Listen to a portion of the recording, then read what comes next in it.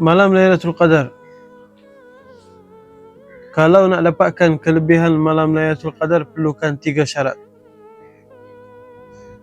Yang pertama, Nabi SAW beritahu, man qama, mesti kena ada qiyam, mesti kena ada berdiri pada waktu malam beribadat.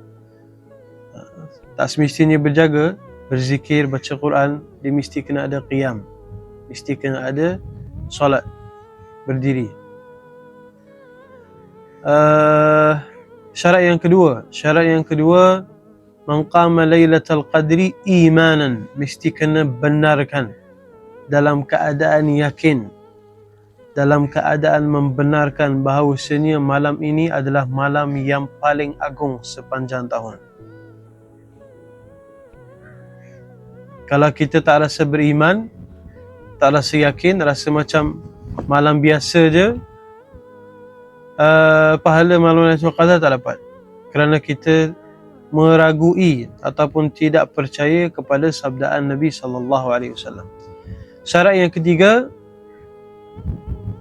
imanan wahtisaban, mesti kena mengharapkan ganjaran daripada Allah Subhanahu Wa Taala. Kalau boleh solat seorang diri, supaya kita menjaga kita punya ikhlas dan supaya kita harapkan hanya ganjaran daripada Allah Subhanahu Wa Taala sahaja.